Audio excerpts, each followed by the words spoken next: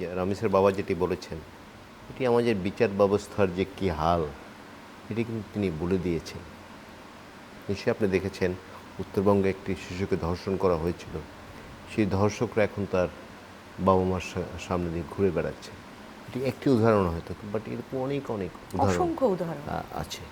রামিসের ব্যাপারে ব্যাপক আলোচনা হয়েছে। তাহলে কি কোনো এ ধরনের ঘটনা ঘটলে খুব সামাজিক যোগাযোগ মাধ্যমে খুব আলোড়ন তুলতে হবে, না হলে কি বিচার হবে না? তাই তো হচ্ছে আমরা দেখছি।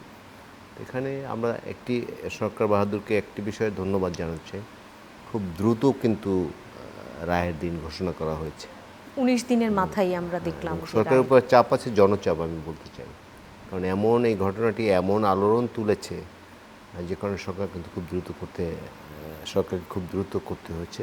আমরা আশা করতে চাই এই ধরনের ঘটনা যেখানেই ঘটুক, আমরা চাই না ঘটুক, কিন্তু ঘটলে যাতে দ্রুত বিচার হয় এবং বিচার এই ঘটনায় যারা দোষী প্রমাণিত হয় আইনের ফাঁক ফোকর দিয়ে তারা যেন বেরিয়ে যেতে না পারে।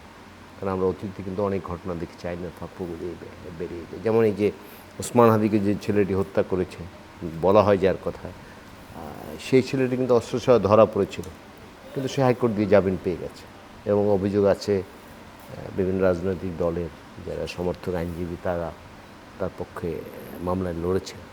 সুতরাং আমাদের এই দেখবেন একটা সময় কিন্তু এরকম হয়েছিল যে যখন এই অপরাধীদের হত্যা করা হতো বা সন্দেহভাজনদের এই র্যাবের মাধ্যমে, সাধারণ মানুষ অনেক সময় কিন্তু খুশিও হতো। এই কারণে তখন যে বিচারহীনতার এক সংস্কৃতি ছিল, যে অপরাধী আপনি করেন বিচার হচ্ছে না, আপনি কোনো না কোনো আইনের ফাঁক ফুকুর দিয়ে বেরিয়ে যাচ্ছেন, সে কারণে কিন্তু মানুষের মধ্যে এই বোধটা এসেছিল।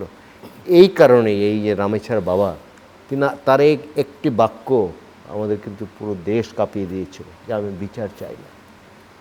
এটি কিন্তু খুব রেয়ার বাক্য, কারণ এটি কোনো অভিভাবক বলেন না, কিন্তু তিনি বলতে বাধ্য হয়েছেন।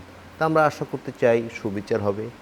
দোষীরা, দেখলাম যে রামেশ হত্যার যিনি মূল আসামি তিনি আরও একজনের নাম বলছেন। হ্যাঁ, সোহেল আবার ডলার বলছেন, কিন্তু ডলার পরিচয় তো সেভাবে দিতে পারছেন না। হ্যাঁ, এবং এই পরিচয়টি কিন্তু আসছে না কোথাও। যদি প্রকৃতপক্ষে এই ডলার থেকে থাকে এই ঘটনার সঙ্গে, তাকেও আইডেন্টিফাই করা উচিত। আমরা আশা করতে চাই এটা সুবিচার হবে এবং দেশে এই যে প্রায় আমরা এই ধরনের ঘটনা শুনি, নানা ধরনের সামাজিক অপরাধ, ধর্ষণ, হত্যাকাণ্ড থেকে নানা কিছু, এগুলোর আসলে একটি সুব্যবস্থা করা উচিত। মানুষের মেন্টাল মেকআপটা এরকম কেন হলো সেটিও আমাদের এটা গবেষণা থাকা উচিত, বা এটি কীভাবে এই মেন্টাল মেকআপটা চেঞ্জ করা যায়।